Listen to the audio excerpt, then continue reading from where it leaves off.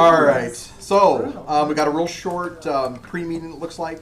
So we'll just go through that. And then one thing that I just wanted to say really fast before we go. I know tonight's election night. And so the business meeting doesn't look terribly long.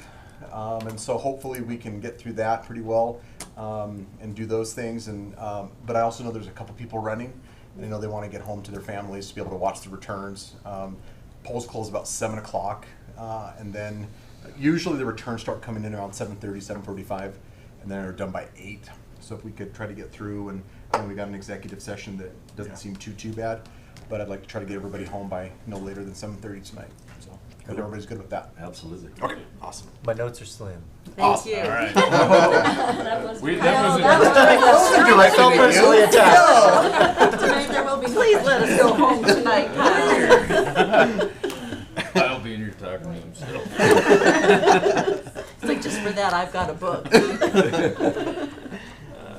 Carter, employee one-time payment. Yes, sir. Thank you, and good evening, everybody. As you can see on the chart here, we're prepared to talk a little bit about the possibility of considering a one-time payment for employees.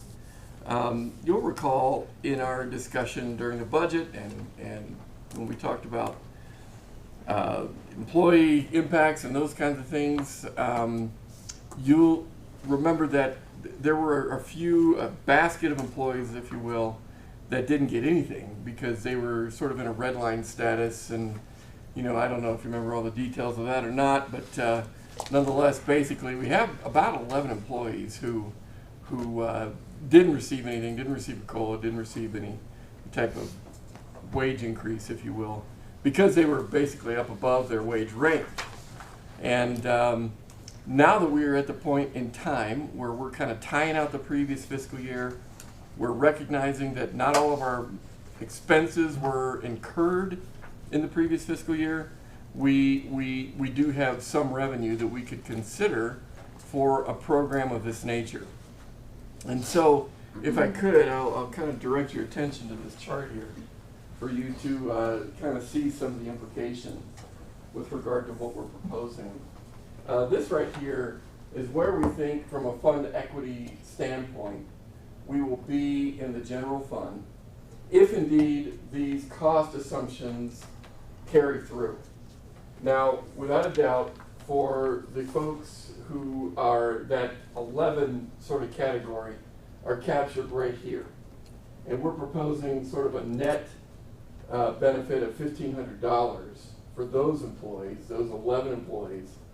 If you wanted to consider the other employees, you know, we're recommending for purposes of discussion a figure more in line like this.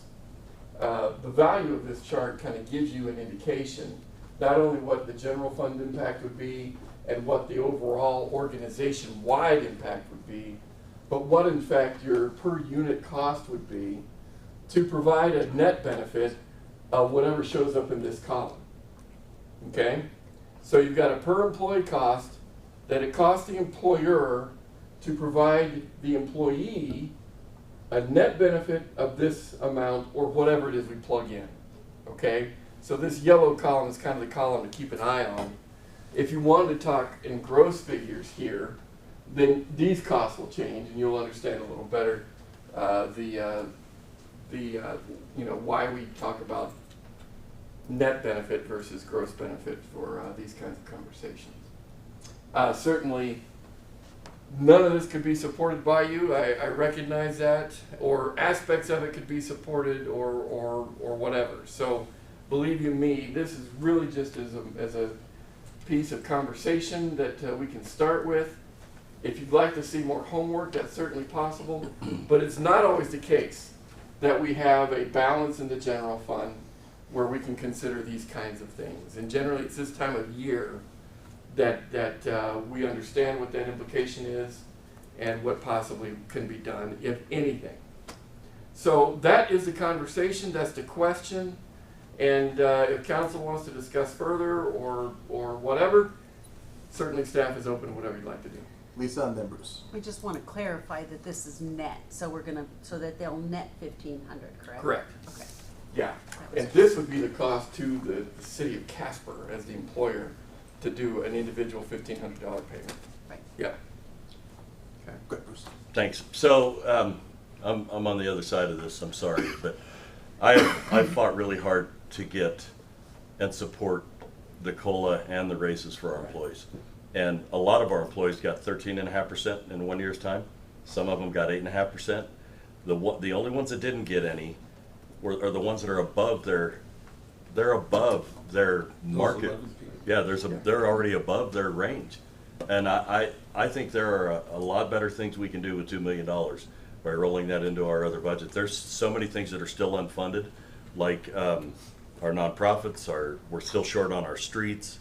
I think our employees are in really good shape, and I'm just against it. I don't think it's appropriate, considering what we've already done for them in the last 365 days. That's my opinion. Lisa? I think that the one thing is maybe it might help, is just that I think some positions, the top out range might be like $55,000. But for the But that might possibly be in that position, which ultimately, I mean, I don't know for certain, but I'm assuming some of them may be something like that. I'm not sure. Are they all six-figure positions, the 11? Mr. Mayor, Councilwoman, no, I would not say that they're all six-figure positions. I would say that they probably could be very well lower than that. We do have the reference material where you can see exactly what those salaries are if you'd like. But indeed, we aren't talking about department heads here that are in that 11, that's for sure. As a follow-up, Ray, our market area is quite expansive. It covers not just Casper, it covers a whole lot of metropolitan areas. And for the position that they're in or the job they're doing, they are being paid above and beyond what the market even says they should be getting. That's the important thing. It's not necessarily the 55,000 or the 100,000. They're making more money than anybody else in our region in that position that they're in. So, and I mean, you don't come to government to get rich, you come to make sure you can pay your bills, but they're being paid above and beyond what everybody else in the market area is getting for doing the same job. So please keep that in mind. Vice Mayor and then Kyle. Carter, I just want to clarify, we're not talking about a $2 million spend, that's your revenue, it's $309,000. Mr. Mayor, Mr. Vice Mayor, correct. That would be the general fund and the general fund dependent funds expense to provide this scenario, recognizing this scenario can change however you want it. It's just a starting point more than anything, but you're correct. General fund and then organization overall. Which would be taxes on that money and everything else. So we're looking closer to 400,000, a little over. 418 for the entire organization.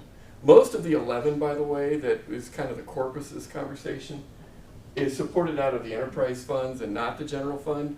You're seeing a lot of expense here because there are some residue numbers right here that put those costs up. But when you talk about the 11 only, you're talking about figures like this as it relates to straight general fund kinds of implications and the enterprises.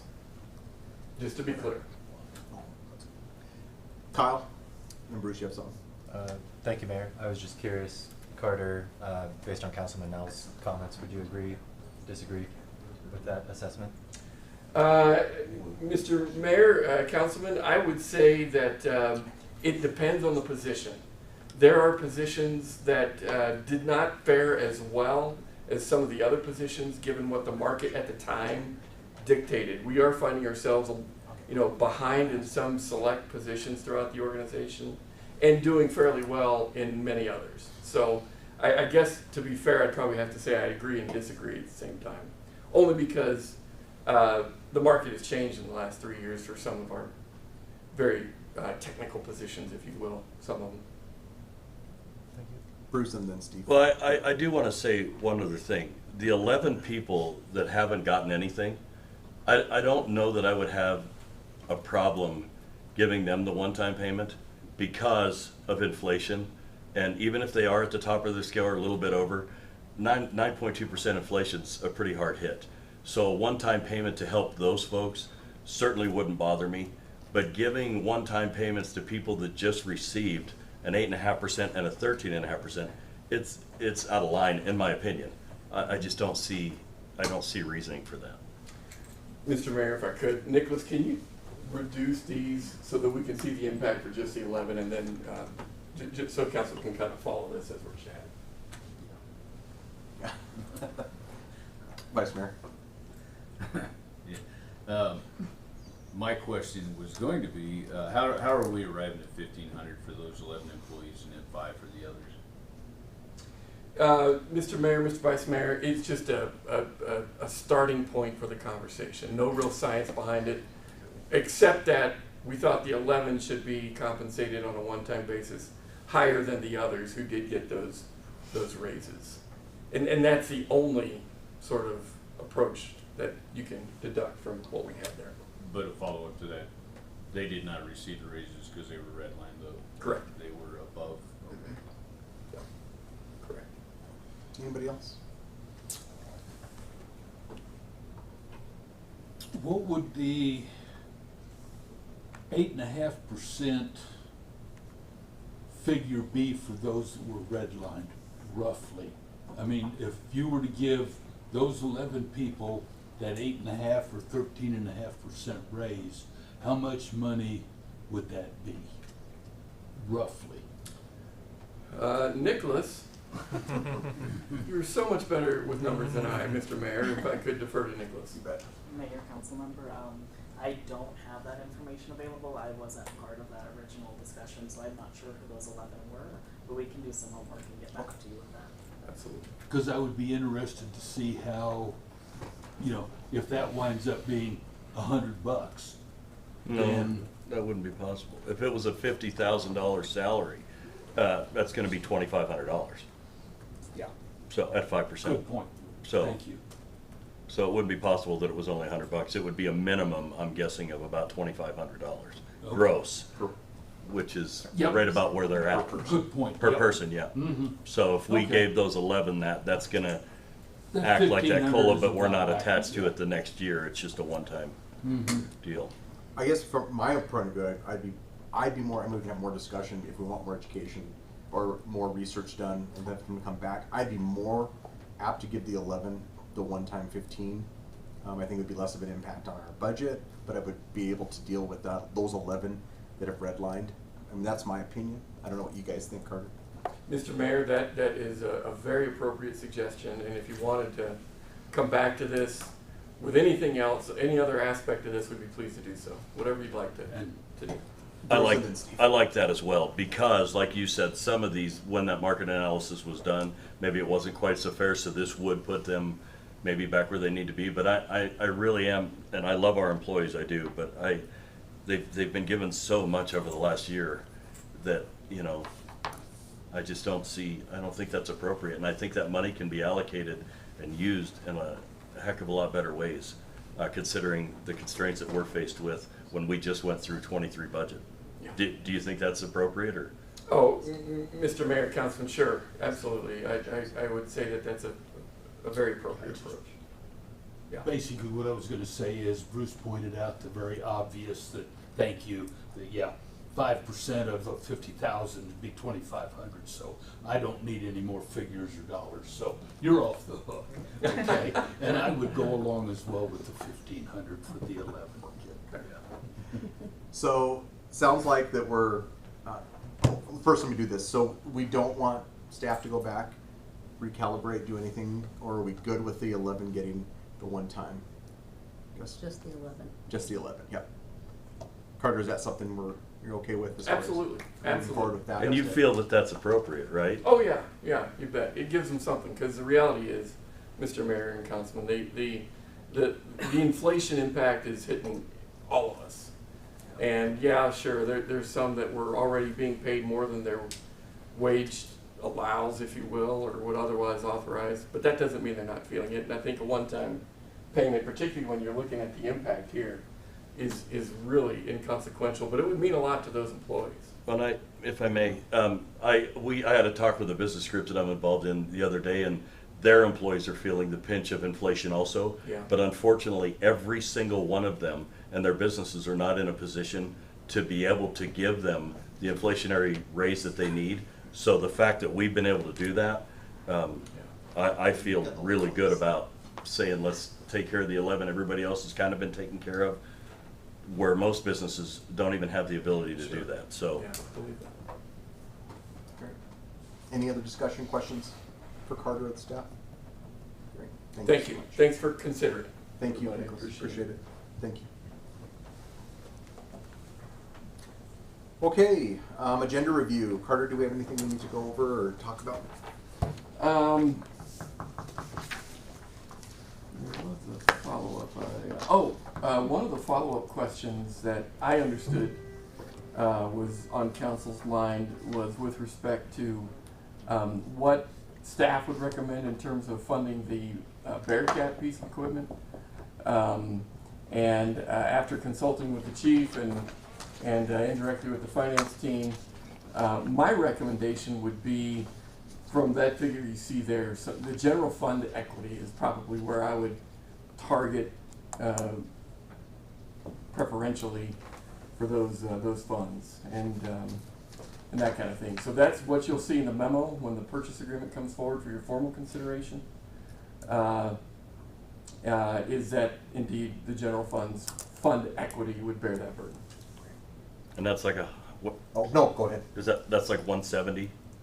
Mr. Ish. Mayor, I'd say ish, yeah. Probably less than that, but yes. Yep. Sorry. Thank you, Mayor. When do you expect that to be on our agenda?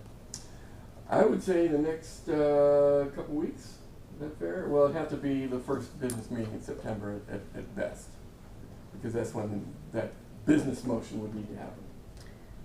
Go ahead, Lisa. I did ask a question, and it was just, how are we going to pay for the building? Because we're still trying to find money to fix the police building, and $170,000.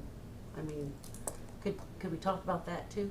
When Absolutely. We can talk about that whenever you're ready. You bet. Yeah, I mean, I've got ideas, but that's about it at this point. Kyle and then Bruce. Thanks. I guess on that point, will that purchase agreement come in front of us during a work session or a regular council? Mr. Mayor, Councilman, that would be on the floor. That would be kind of the final step, if you will, to make that happen. Okay. My request would be that it's not part of a consent. But Fair enough. Absolutely. Is council okay with it not being on consent? Not that, I mean, one person can pull it. Yeah, absolutely. I never got my poop in Sorry, order to do that on Monday. don't override Kyle. Council said no, Kyle. No, anybody can pull it on consent. Yep. Thank you. I was going to let you know, social media is, I didn't see one positive comment for this vehicle, but I will tell you, I've ridden with our police. I've been with them. It's a necessary evil, if you will. There are times that our guys are just in really bad spots. And for that kind of price on that vehicle, they need that. And I understand the county has one, but that doesn't mean we always have access to it. And, you know, I'm sorry that some of our constituents don't feel that it's necessary, but they probably need to petition the chief, go for a ride, see what our officers are up against. Things are becoming more dangerous daily. Guns, and I mean, it's we've got to give them the protection that they need. I know Evansville just approved armored door panels and windows on every one of their police cars. Well, our guys don't even have that protection. So, you know, I look at that Evansville situation, and we were fortunate to be able to use that particular vehicle. And the big comment is, oh, we're turning it into a military state. No, some of our constituents are, and we've got to protect our officers and our people and our community. And for that kind of money, it's something that unfortunately has to be done. So I just wanted to put it out there publicly for all those that are naysaying, because it's go for a ride with these guys and see what they're up against on a typical Friday night. It's unbelievable. So Carter, it sounds like we got a couple different things here. So I know Kyle wants it off of out on a consent, so we can discuss it on the floor. Would it be beneficial for us to do that on the floor, to talk about all the stuff as we're going through that, to debate it there? Or would it be more beneficial, again, and I don't want to bring it, if we don't have to bring it back to a work session, but you understand what I'm saying? I think so. Again, I don't want to belabor it any longer than it needs to be, because I think we need to go forward with it. I mean, it was an 8-1 vote to move it forward, so there was resounding support on the council to do that. So I guess I just kind of want direction from you guys, just because I want everybody's voices to be heard. You know what I mean? Yeah. And I know Lisa had some concerns about the budget. So. and that could be Sure. a work session that piece of it, it's just that I would really feel more comfortable knowing where the money for the police building, just the building itself, we're not Okay. talking about vehicles. Okay, perfect. So that's a separate issue, but Well, we'll say, it's, sort of. yeah, you're asking for a really expensive vehicle, and we've got a really Gotcha. expensive building, and I didn't want to muddy the waters. Yeah, by no, my- I know. By my statements. Were we No not problem. gonna use, wasn't that on the 1 cent, don't I not recall seeing that police vehicle on the 1 cent? Then we removed hold it. it. Oh, we did, okay, Put it towards Metro. okay. Yep. That's exactly right. So anyway, I don't know. So what your I'd comments- say let's take it to the floor and, Get it moving. yeah, that'd be my recommendation. That way we can, if council approves, we can take advantage of the ordering time and, because there's still gonna be some lead time. And there can be discussion. And there can be public comment, discussion. all that kind of Be stuff. Absolutely. prepared for a few minutes then. Absolutely, yep, yep, Cool. you bet. You bet. Awesome. Steve? On another issue, we were buying 2 buses for our transportation. It said that we got 4 bids for one and I think 3 for the other. I did not see the dollars put forward, which I noticed on the next one that came from whatever organization, they had all of their bids listed. Would it be possible to start, when we're doing competitive bids, to get the prices listed on the memos recommending the purchases? Mr. Vice Mayor, Councilman, the answer is yes, including a bid tab, basically, and that's not a problem at all. Yeah. You bet. We typically have that in our memos, don't we? Well, it wasn't on the Typically- 2 buses that we're buying, Yeah. so that's why I brought it up. Yeah, that's fair. Absolutely. Absolutely. Can I ask another question?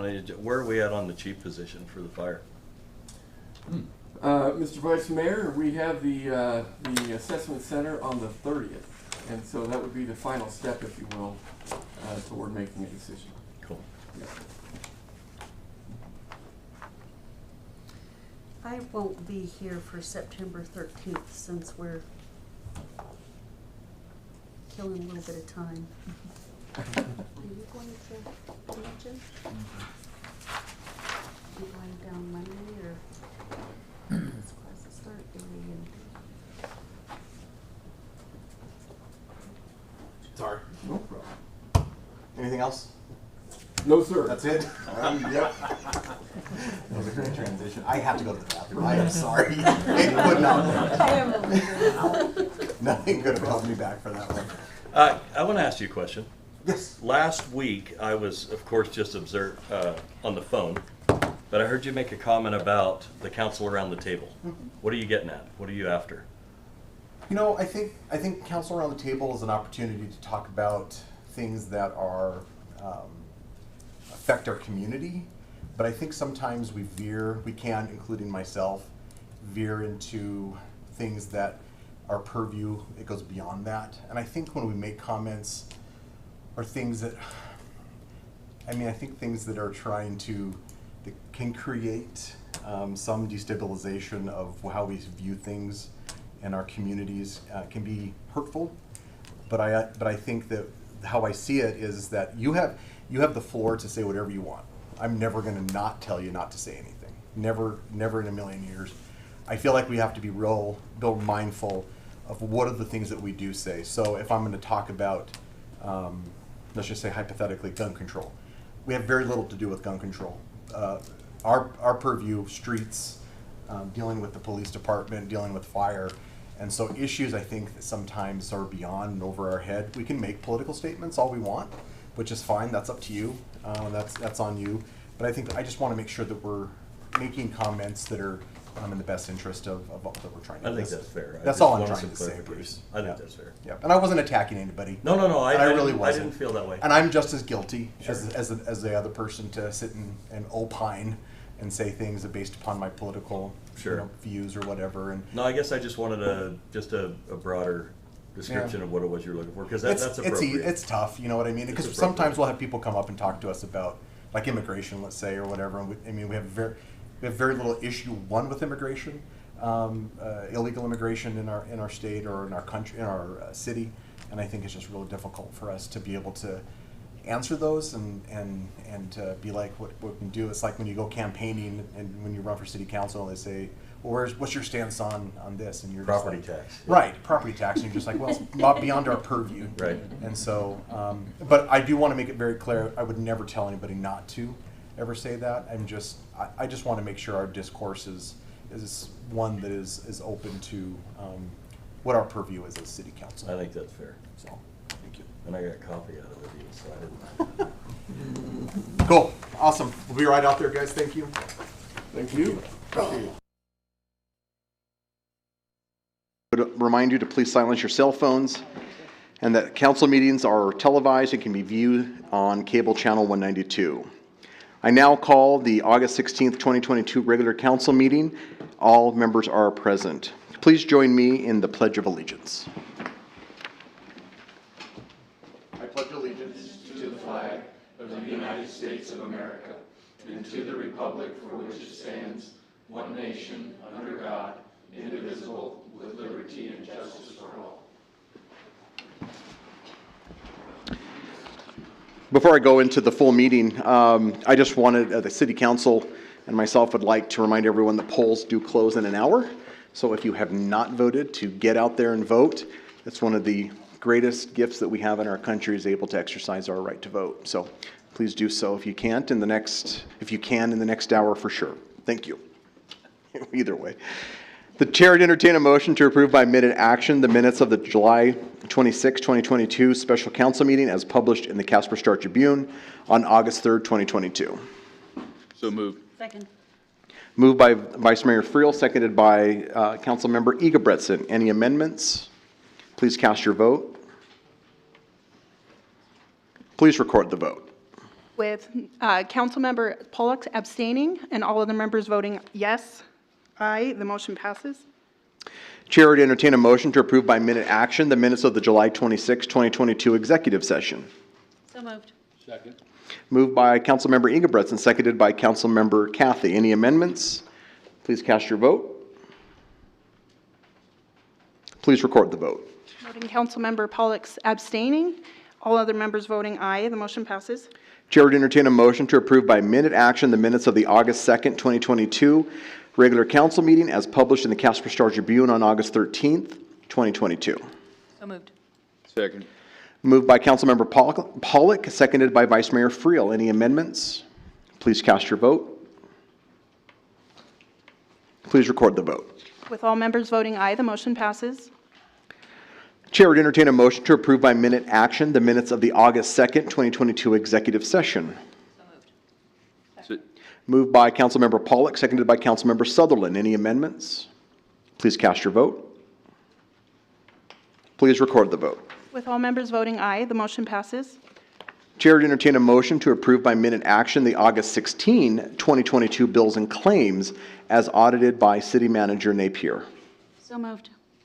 Second. Moved by Councilmember Egebretson, seconded by Councilmember Pollock. Any abstentions? Please cast your vote. Please record the vote. With all members voting aye, the motion passes. Now is the time that we invite anyone in the audience who wishes to speak with the council to come forward. As stated on the first page of the agenda, we do ask the following. Please state your name and address. Direct all your questions and comments to me, the mayor.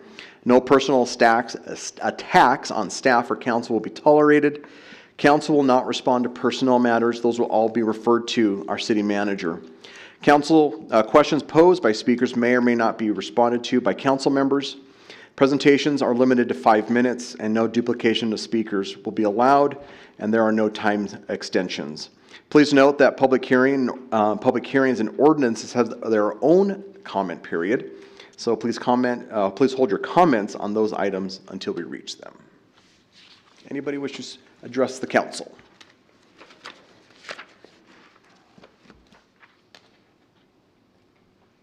Good evening. Good evening. My name's Lyle Bothell.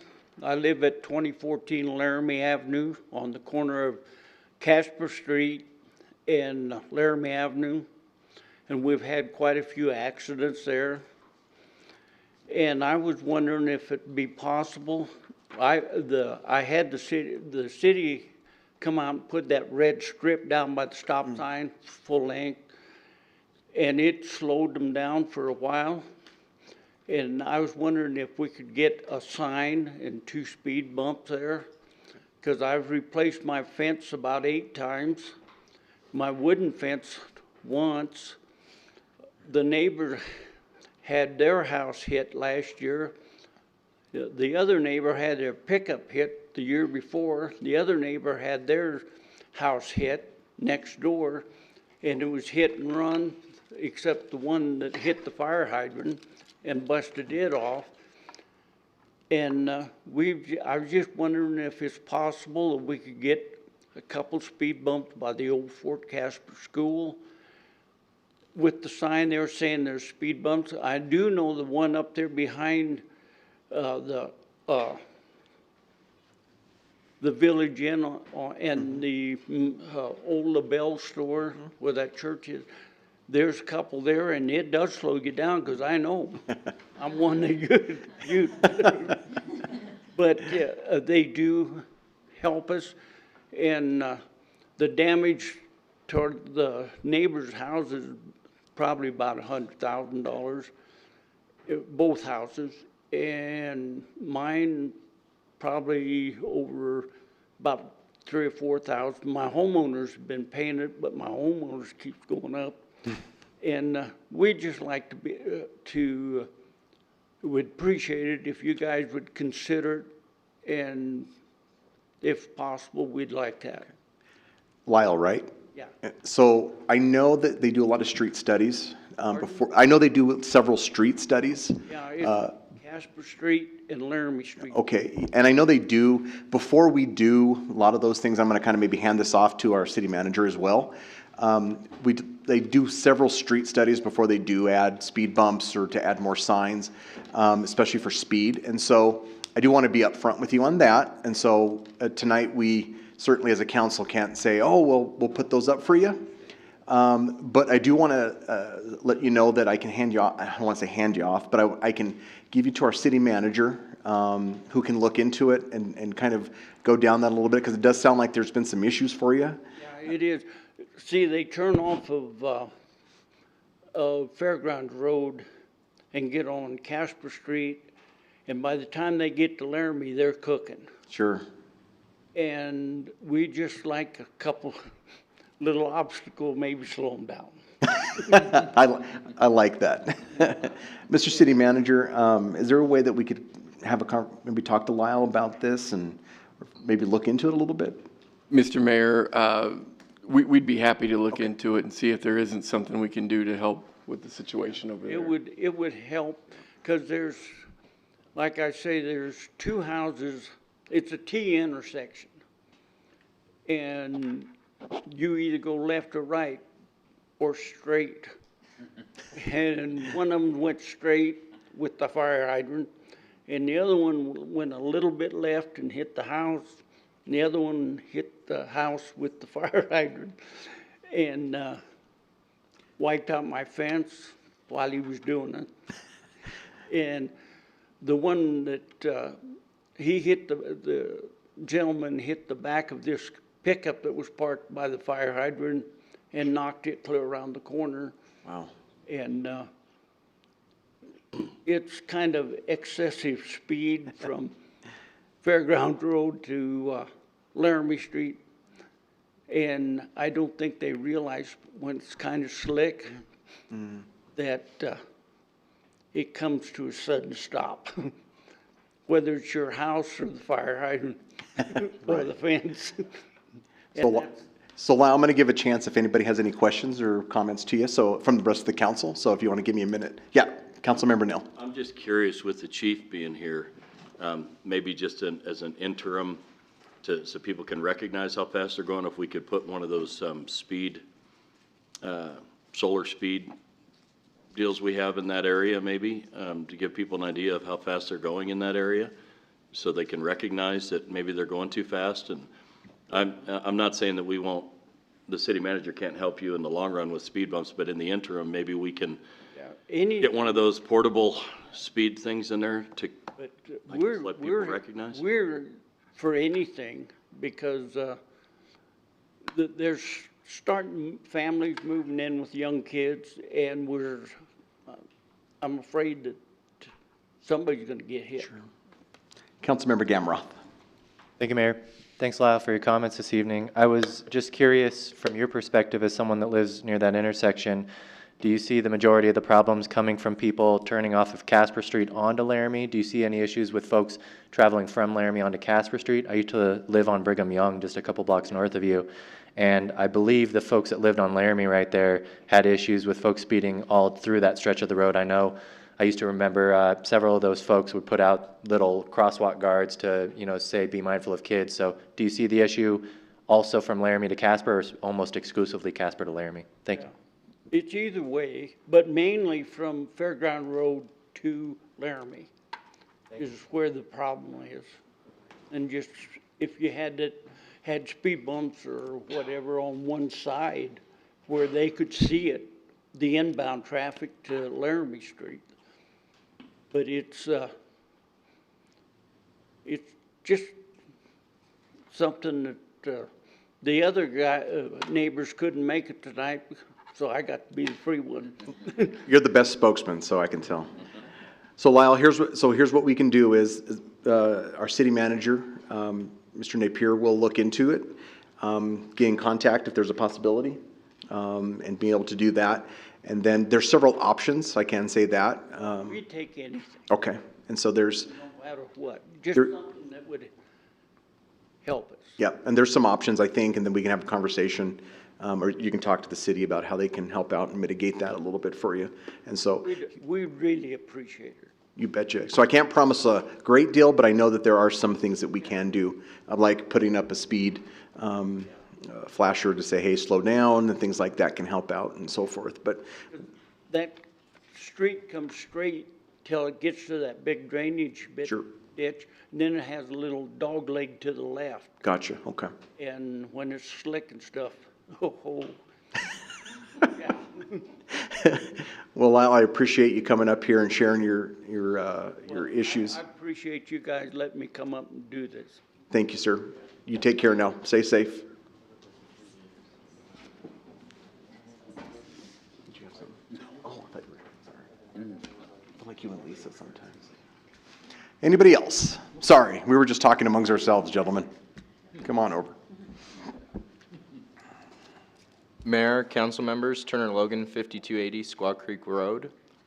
I'm Seth Hollier. I own, along with Turner, the Void on 128 East 2nd Street. We've got some documentation for y'all guys.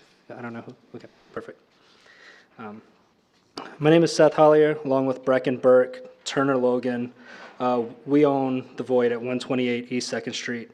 We're a non-alcoholic event space that focuses on the youth in Casper, with a mission to make the city of Casper less alcohol forward. We believe this issue is systemic, and as such, we're trying to take a generational approach to the issue of alcoholism within Casper. Our first step in solving this issue was opening up the Void, which focuses on the age demographic that first gets introduced to alcohol. We believe that by providing and focusing on a nightlife experience that creates a safe and enjoyable atmosphere for the youth, we can show them that there is a different way to enjoy nightlife without focusing on alcohol. We feel strongly that we are accomplishing this goal and have also identified and partnered with underserved communities within Casper along the way. On August 19th, we will be hosting CASA of Natrona County for their back-to-school giveaway. And on September 1st, we will be working with Stephanie Chance to provide a tailored event for the children with special needs. We also offer additional activities for youth throughout the week, from our middle school Mondays to our all-ages karaoke nights, our upcoming open mic nights, and even our club night experiences that are entirely non-alcoholic events. We provide activities for the youth. We hope that providing activities for the youth in turn leads to less crime in the downtown area. The overwhelming support from the community and the appreciation of the youth that patron our space is an excellent indication that this is something the city has wanted for a while now, and we're happy to provide the activities to the city. We want to break the ground in our second initiative that focuses on alcohol within the city of Casper, focusing on the 21 to 35-year-old age demographic. Our goal with this space is to limit the amount of alcohol consumption that can take place within our event space. We are not looking to sell alcohol. We know that this may be a counter to what many people who come to the council regarding liquor ask for. We feel that allowing the sales of alcohol within our space would create an unconscious bias for the bartenders, our owners, that could over time indirectly result in more alcohol consumption, which allows us, along with potential guidance from council and city, to identify the amount of liquor we let in and charge an entry fee to allow income to support payment of utilities, rents, and staffing. We recognize the business model is not often done because it's not profitable, but we feel that the benefit that provides the city far outweighs any profits we may be given up. We recognize that the BYOB space are not only genuinely accepted within the state of Wyoming, but a total of 8 businesses choose to use the BYOB space within Wyoming, one of which is already operating in the city of Casper. We understand that as council members, you have the power to make changes to city ordinances, and with guidance from our city manager, Mr. Napier, and our city attorney, have made some incredibly positive changes for the businesses and citizens of Casper. Currently, the city of Casper has a local ordinance that explicitly prevents us from operating our second establishment. Ordinance number 508470 states that it is illegal to operate a business, and I'm going to paraphrase at this point, in which the income, profits, or fees of the operator of the bottling club are secured from sales or by providing mixes, ice, food, or glasses, as well as from dues, charges, or contributions, membership cards, or assessments. Our goal today is to start a conversation with the city with the aim of making sure that the city's concerns are addressed while modifying the ordinance to allow us to operate in a legal capacity. We appreciate your time and hope to tackle this issue together with the city. We are more than happy to answer any questions you may have about our space or our future plans. Are there questions from the council? Yeah, you got some. Go ahead, Councilman. Thank you. Are you a 501c3 or are you private? So our, the Void operates in a 2-tiered system as a nonprofit as well as a low-for-profit. So we have kind of a low-for-profit, and underneath that, our nonprofit structure. Okay. Oh, sorry, Council, you got camera up. Thanks, Mayor, and thanks, gentlemen, for your comments this evening. I've been a big fan of what you guys have been doing the past few months with the Void and with the vision you have for this new space. I think you have a noble cause. I was just looking up our stats from last year, 38% of all crime, alcohol involved, so I appreciate y'all trying to establish some places that have less emphasis on alcohol, a little bit more on the social aspect, especially for youth, because when youth get started drinking early, it's a habit that develops and kind of solidifies itself over time. So I appreciate you guys' vision. I think you got a noble cause and would love to, see if we could get that ordinance on a future work session to see if we could alter it somewhat to allow you guys to, do what you'd like to be doing. Thank you. So, just getting clarification. So you guys are looking to get that ordinance adjusted? Correct, yeah. Okay. We understand that there was obviously a reason for the ordinance to be put in place originally. So if that concern is still there, by no means do we want to, completely erase that ordinance. And really what we're looking to do is find a compromise with the city that addresses those concerns, and trying to identify how we can still operate in a legal capacity, so. Great. So I guess I'll just kind of step off. I appreciate you guys doing the work that you're doing with youth. I think that's incredibly important, especially when it comes to based around alcohol. We do have a problem, unfortunately. It just is what it is, right? We do have a problem that's around that. So I appreciate that. The other part of it is, I guess I'll go forward and see if we can't get this on a work session, if the council's agreeable to that. And I appreciate you guys using the language of partnership. A lot of time people will come up and say, you need to change this and you need to do this, instead of saying, hey, we want to be a part of that solution. And I really appreciate the word compromise, because compromise is a lost word and art, especially today in our society. So is council okay with doing something like that on a work session? At least to start the conversation about that? Absolutely. Yeah, okay. Massive. Yeah, you bet. Do you happen to know why? You mentioned that there was. Yeah, so according to our legal counsel, the fact that we would be charging a entry fee to enter the establishment kind of trips that ordinance, whereas some of the other establishments are not doing that. They're using it for restaurants and things of that nature, and there's no dues or anything of that nature that are directly related to the liquor that they're bringing in. I understand that part of it, but you had mentioned that you said there was a reason that they had put the ordinance in. Do you happen to know what that was? I don't. I know that that the city's not going to just put arbitrary ordinances on the book. So there, at some point in the past, there was something that prompted the city or council to actually make that ordinance. So I want to respect that decision, and if there is a way to look at if that reasoning, whatever that may be, is still around, let's make sure that we address that in whatever changes that we're hoping to reflect. So if council's okay, we can get that on a future work session, and then we'll stay in communication. I think I've seen you guys talking with Councilmember Pollack and Councilmember Gamroff after meetings. So it sounds like you got some contacts here. So stay in contact with them as well, and we'll get those taken care of. Councilmember Pollack, did you want to say something? Just for the record, I won't take lead on this or weigh in as to whether or not we should. Oh, yes, that's a good idea. But I know you've been I've seen him. On this particular issue, we Yep. have worked together on some others, but Perfect. I'll step out of this. From the alcohol, that's a good point. Yep, thank you. So, but if you need anything from any of us, you can even contact me, and it sounds like you've chatted with Councilmember Gamroth, and I completely understand where Councilmember Pollack's coming from. So, so we'll do that. It usually takes a little bit to get, as we work through our work sessions, to get you on it, and so we'll get you as far up there or quick as we can too. So. I appreciate your time. You bet. Thank you. Thank you guys for your time. Yeah. Oh, hold on one second, gentlemen. Councilmember Sutherland. Just based off of what you just said, I mean, just a quick question in terms of your plans for this second establishment. Are you on a timeline of any kind?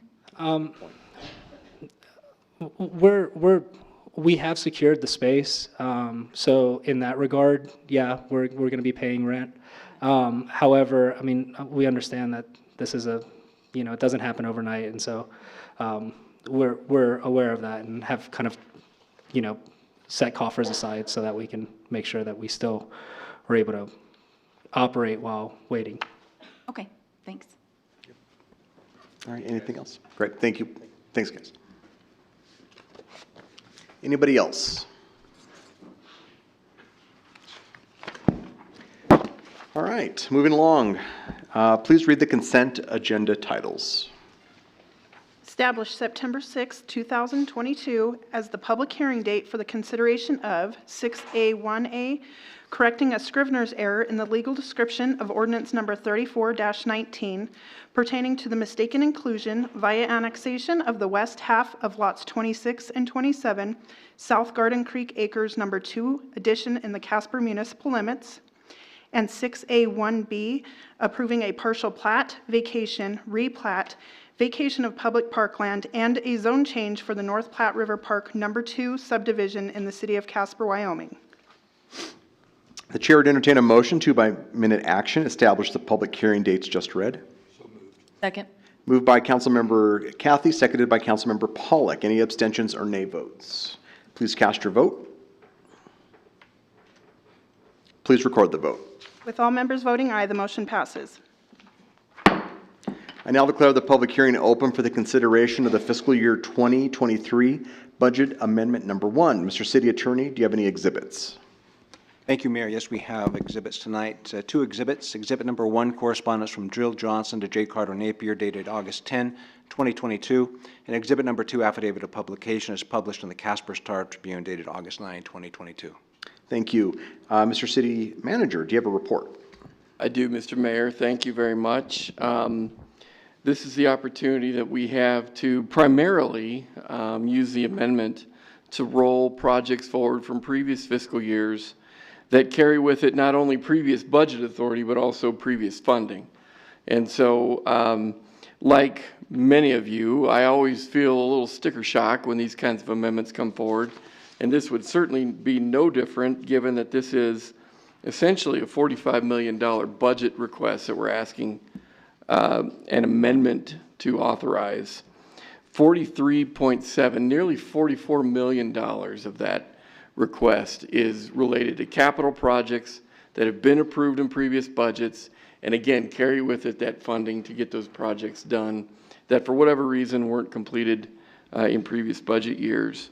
We do have a couple other things at play here, though, as well, that while they sound like the math would make this number higher, it really doesn't because of offsetting figures and so forth that are taking place here. But you'll also recall that council gave us the blessing and the authority, if you will, to move forward in the creation of a sinking fund to take care of the Fire Fund A retirement obligation that we have in partnership with the state. And so $5 million of that almost is tied up in that direction, and the amendment would help us to carry that forward into the local, what we currently call the Local Assessment District Fund.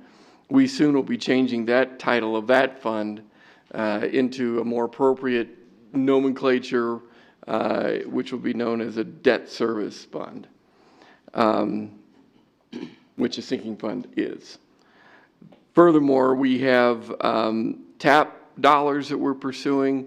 $500,000 of that would be coming through that program, or 400,000, I should say, will be coming through that program. We've got a match component that we're receiving from the feds to work on Midwest Avenue. All of this is captured in this rather large number, but none of this is something that you or previous councils haven't talked quite a bit about in the past. And so that is my report, and would ask for your favorable consideration. Thank you. Council will now listen to public comment, and public hearing comments are limited to 5 minutes, and no duplication of speakers will be allowed. At this time, I would ask those individuals who wish to speak in favor of Budget Amendment Number 1 to please approach the lectern. Anyone in favor? At this time, I would ask those individuals who wish to speak in opposition to Budget Amendment Number 1 to please approach the lectern. Anyone in opposition? There being no one to speak for or against the Budget Amendment Number 1, I now declare the public hearing closed. Please read the resolution by title only. Amending the current budget for the fiscal year ending June 30th, 2023, First Amendment to the original adopted budget. Hold on one second. My script is off. You'll entertain a motion? Yeah, sorry. This is the sad part. If it's not in my script, I'm completely off here. Sorry, it's not in there. I would entertain a motion. So moved. Moved by Councilmember Pollock, seconded by Councilmember Kathy. Discussion. Yes, please. Yes, Councilmember Nell. Mr. Napier, what is the likelihood of, I guess we're going to roll $44 million over into this budget.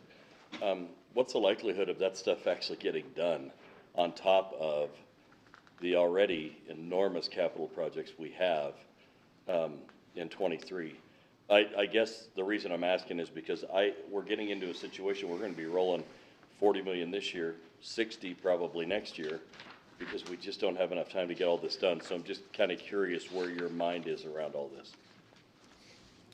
Mr. Mayor, Councilman, that is a very fair question, and one that I have pondered as well.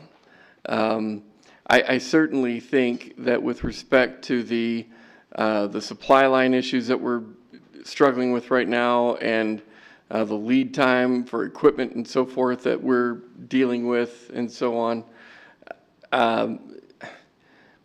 I'm optimistic that eventually that'll improve, and these kinds of things, these orders and these projects and materials and so on will loosen up, and we'll be able to have a more effective means of getting projects done. Because I don't like the idea of coming to you with a $100 million rollover request for projects that have been 3 years in the making, pursuant to a council before you 3 years earlier that have authorized the project. It starts to get really confusing and the budget you pass more meaningless, I guess, as it relates to all that capital. And as a follow-up, the real scare in this is that $43 million that's been rolled from year to year is no longer going to fund whatever capital projects are in there, more than likely, because of the exorbitant costs, and not just because we're in inflation, but year to year we see increases in that. So I guess my real question is, at what point do we bag some of that stuff, allocate the money into our general fund, and maybe go back and prioritize again and reevaluate and rebid, I guess is kind of where I'm at. Because if we're going to roll $43 million, but we need 60, that's just putting us in an even bigger crunch. Agreed? Mr. Mayor, Councilman, I certainly think that is a possibility, hopefully not to the ratio that we're talking about. But yeah, I think that is an issue. And I do think our money goes less further the longer we have to wait to get projects done and buy materials and so forth. So it is a concern. I think it's a legitimate question and a legitimate discussion. I would say that perhaps even taking this up in a work session might not be a bad idea. I think that's true. To talk about the realities of what we're facing in terms of actually getting these projects done. And seeing how far as a follow-up, and seeing how far the money will go, because it takes me back, those numbers I pulled out weren't just out of the air, they were correlated to the one-way, two-way, and how that went from 400 to 750 in just 2 years. And, so now we're at 43 million, so I could see it easily being 75 million, and us not having the extra funds to facilitate whatever the council had approved 4 years ago. So that's the difficulty. So I was gonna ask for a work session and see if maybe we can reach out or have Andrew or whoever's in charge of these and maybe get new bids and see where we're at financially, if we can even afford to do them at this point. Mr. City Manager, since Councilmember Nell brought that up and you had suggested as well, if council's okay, can we get that on a work session as soon as we can too? Thank you. That'd be great. Absolutely. Thank you. Thank you. Councilmember Sutherland. This might not be relevant anymore if we're going to do a work session, but I guess I was just curious in terms of process, informing that conversation. When these roll over, do they take precedent over getting completed before what's already approved now? Mr. Mayor, Councilwoman, generally speaking, the projects that are being rolled over are in varying phases of being complete.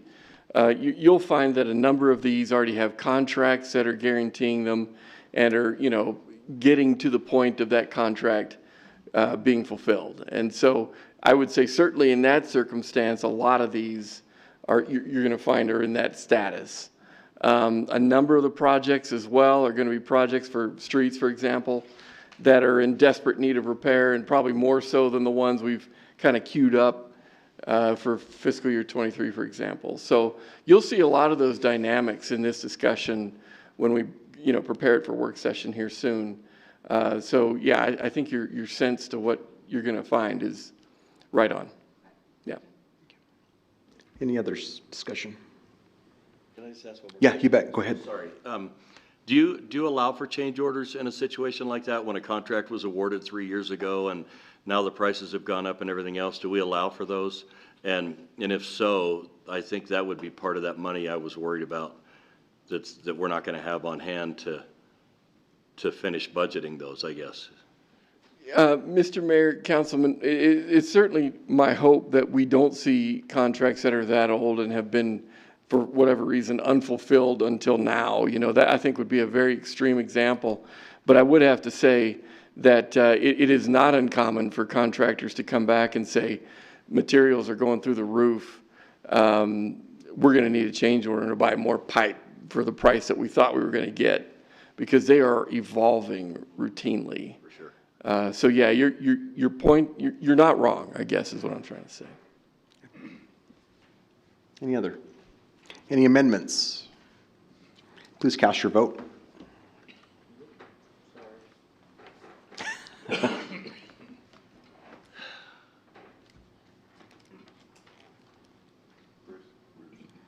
I was thinking. Is that your vote? Okay. Please record the vote. With Councilmember Nell abstaining and all others voting aye, the motion passes. Please read the ordinance on second reading by title only. An ordinance amending sections 17.20.070 and 17.105.010 of the Casper Municipal Code. Chair would entertain a motion to approve on second reading the ordinance just read. Second. Moved by Councilmember Johnson, seconded by Councilmember Egebretson. Council will now listen to public comment, and public comments are limited to 5 minutes, and no duplication of speakers will be allowed. Okay, any discussion? Amendments? Please cast your vote. Please record the vote. With all members voting aye, the motion passes. Please read the ordinance on third reading by title only. An ordinance amending ordinance number 35-12, an ordinance granting a franchise to Works Communications Incorporated doing business as Mountain West Telephone for the construction and operation of a telecommunications service system. Chair would entertain a motion to approve on third reading the ordinance just read. So moved. Second. Moved by Councilmember Pollock, seconded by Vice Mayor Friel. Council will now listen to public comment, and public comments are limited to 5 minutes, and no duplication of speakers will be allowed. Any discussion? Amendments? Please cast your vote.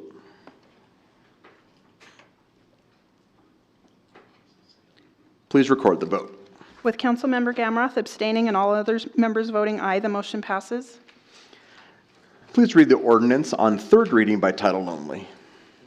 An ordinance correcting a Scrivener's error in the legal description of ordinance number 29-21 pertaining to the Charles West Estates number 6 subdivision and the Charles West Estates number 6 subdivision agreement. Chair would entertain a motion to approve on third reading the ordinance just read. So moved. Second. Moved by Councilmember Cathy, seconded by Councilmember Nell. Council will now listen to public comment. Public comments are limited to 5 minutes, and no duplication of speakers will be allowed. Any discussion from the council? Amendments? Please cast your vote. Please record the vote. With all members voting aye, the motion passes. Council will now consider consent resolutions. Please read the consent resolutions by title only. 10A1, authorizing a contract for professional services with Engineering Economics Incorporated for commissioning services regarding the renovations of 123 West First Street, Casper, Wyoming.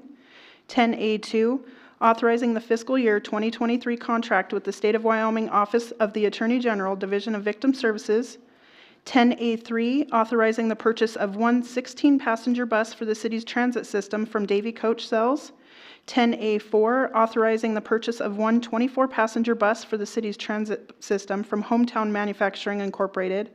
10A5, approving a professional services contract with Bardee Signs to replace the electronic digital monument sign for the Casper Recreation Complex. Chair would entertain a motion to adopt the consent resolutions just read. So moved. Moved by Councilmember Pollock, seconded by Councilmember Gamroth. Mr. City Manager, do you have any comments on any of these items? No, sir. Thank you.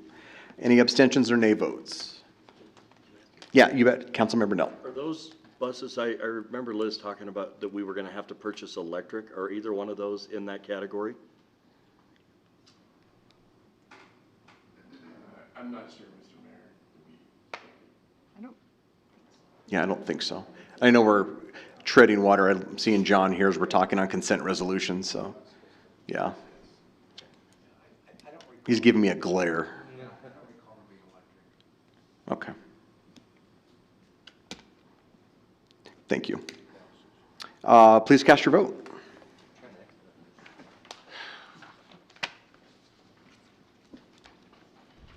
Please record the vote. With Councilmember Nell abstaining and all others voting aye, the motion passes. Mr. Mayor? Yes. For the record, I'm only abstaining on 10A3 and 10A4. Oh, thank you. Council will now consider minute action items. Please read the consent minute action titles. Item 11A1, approving the purchase of 49 Motorola portable radios from Motorola Solutions. Item 11A2, authorizing the appointment of one new member, Kate Maxwell, to fill an open position, and the reappointment of an existing member, Errol Miller, to the Central Wyoming Senior Services Board. Thank you. The chair would entertain a motion to approve the consent minute action agenda items just read. So moved. Moved by Councilmember Egebretson, seconded by Councilmember Johnson. Any abstentions or nay votes? Please cast your vote. Please record the vote. With all members voting aye, the motion passes. At this time, we ask council members to bring forward any relevant concerns or items of interest. Councilmember Johnson. Nothing tonight. Thank you. The suspense. Councilmember Gamroth. Thank you, Mayor. I got a few things. First, thank you to Black Hills Energy employees and our own city staff for the river cleanup last Friday. I believe Jolene was part of that effort. I don't know who all else was involved, but I know it was a handful of folks. Thank you for cleaning up the river on a Friday evening. This last Sunday, Washington Park had a pool party for pooches for their last day of the season. Sounds like community response was great and the event was well attended. So thanks for everyone that came out, and cool that we were able to offer that. There's a coffee talk event September 1st in these chambers, I believe, for the Western Gateway Corridor Study and a 1-cent presentation from the city manager. Coffee and donuts will be provided, so if that appeals to you, RSVP to planning@casperY.gov by the 29th. I hope everyone got out and voted today, fulfilled your civic duties. Very much looking forward to the results. This weekend, Rotary Club of Casper is having their Duck Derby event. So one final reminder, you can purchase your tickets online on their website or on their Facebook page. There's lots of prizes and proceeds, and it all goes to a good cause. Reminder, Rotary maintains Rotary Park and the Bridle Trail. They built Crossroads Park. They just added the bouldering park adjacent to that, and with the proceeds from this year, they plan on equipping city parks with ADA accessible playground equipment, sponsoring some bus shelters, and doing some other meaningful work around the community. So if you would like to support those efforts and enter for a chance to win some prizes, buy some Duck Derby tickets. And then lastly, just there's a lot of other really cool stuff going on this weekend. 5150 Festival, a concert at the Bloomery, lots of things going on. So get out there and enjoy the community this weekend. Thanks. Thank you. Councilmember Egebretson. Last week I attended the Visionary. It was interesting to see where they're all going. It's, I think that it's great for the city of Casper. We definitely need a little bit more competition for our internet. And then secondly, I just want to remind citizens that the speed limit in the downtown Casper is 20 miles an hour. I came within feet of being leveled out by a truck that came around the corner, and then, because I had an appointment, and then we were in the appointment, and then another car about took out a couple of other ladies, and it kind of was astonishing how fast people were going down 2nd Street. So it's 20 miles an hour. There's no reason to be tearing through 2nd Street like that. So that's it. Thank you. Thank you. Councilmember Pollack. Nothing for me tonight, thanks. Councilmember Nell. Thank you. Just want to remind folks, and kind of on Lisa's notes, school is just about to fire back up. It already has at a couple of our schools, and I think by next Monday, I think most of our kids will be back in school, so be mindful. The weather's still going to be nice. Farmer's Almanac says we're going to have a horrible glacial snow winter. But in the interim, I anticipate we're going to have really good weather like we did last year into October, November. And with all the kids in the street, we want to be really mindful with all the speeding that is going on, that our little ones are going to be back at school. That's all I have. Thank you. Councilmember Sutherland. Nothing from me tonight, thanks. Councilmember Kathy. Along with the Duck Derby, Platte River Trails is having Riverfest at the same time, so I think that needs to have a plug. And also this last weekend on Saturday, the Central Wyoming Corvettes had a car show and autocross, and I have not heard the outcome of the funds raised, but a portion of that will be donated to the Casper Humane Society. So we do have private organizations, 503Cs, turning around and donating money to other 503Cs, which I think is a good place for those donations to be coming from and going to, along with private individuals. Thank you. Vice Mayor. I have two things tonight. One, I think, is kind of for the manager.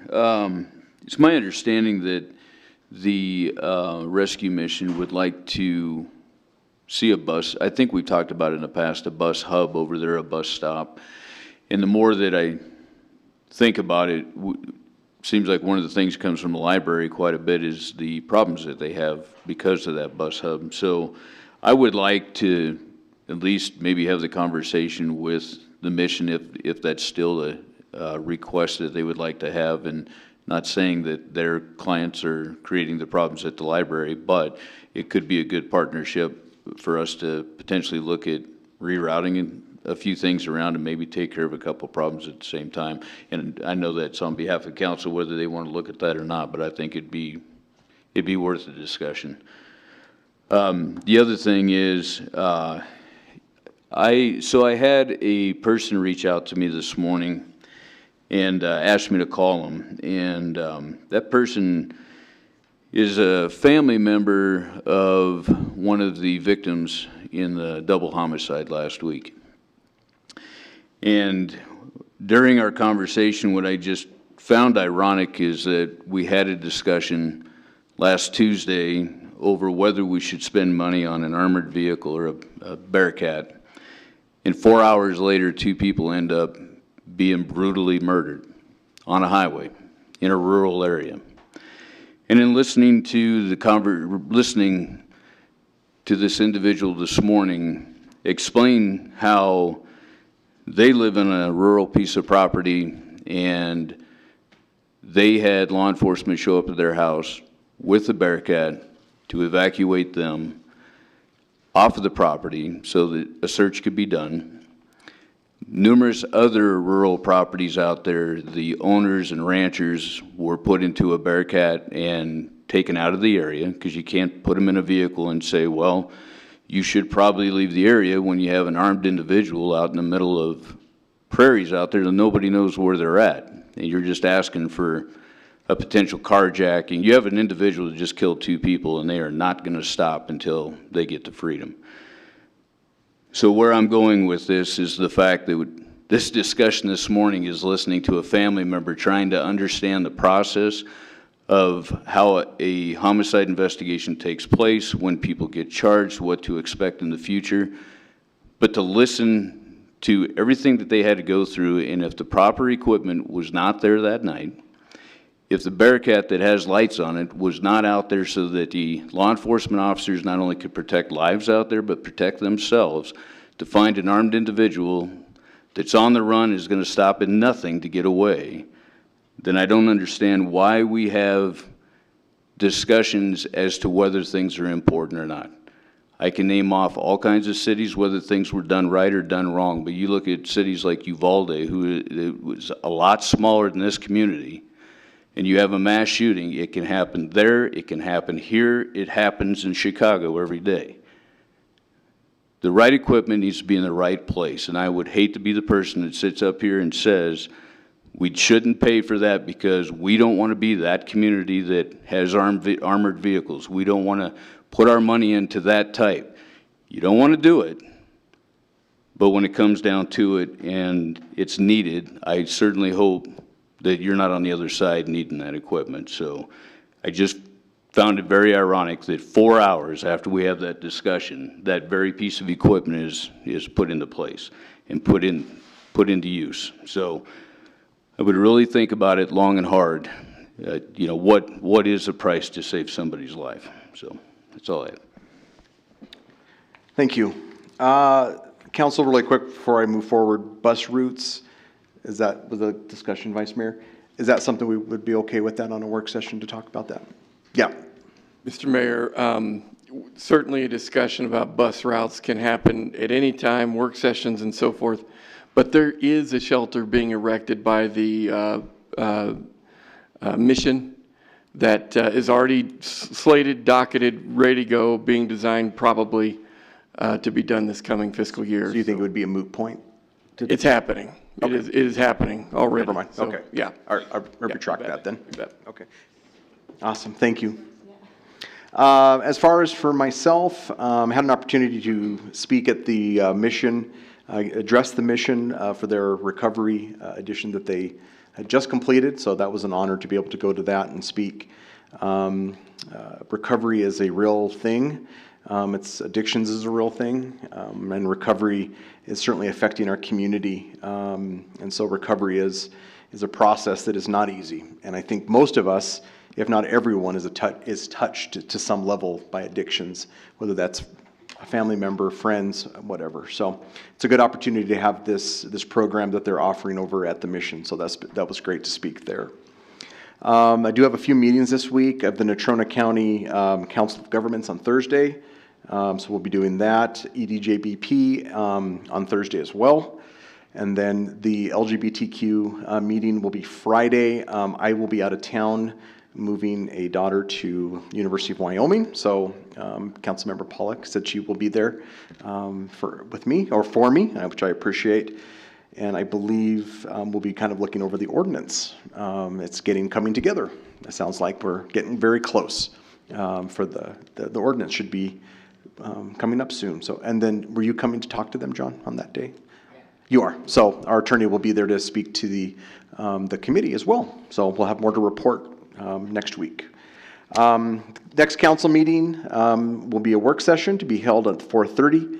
Tuesday, August 23rd, 2022, in the council meeting room, and a regular council meeting to be held at 6 p.m. Tuesday, September 6, 2022, in the council chambers. A notice of an executive session to take place at this date and during this meeting was given. We have matters to discuss regarding land acquisition and litigation. Therefore, the chair would entertain a motion to adjourn into an executive session, and at the conclusion of that executive session, to reconvene this regular meeting solely for the purposes of adjournment of the regular meeting. Second. Moved by Councilmember Nell, seconded by Vice Mayor Friel. There being a majority of members present and a motion to adjourn into an executive session, and having moved and seconded, and that motion requiring a 2/3 majority of the council present, please cast your vote.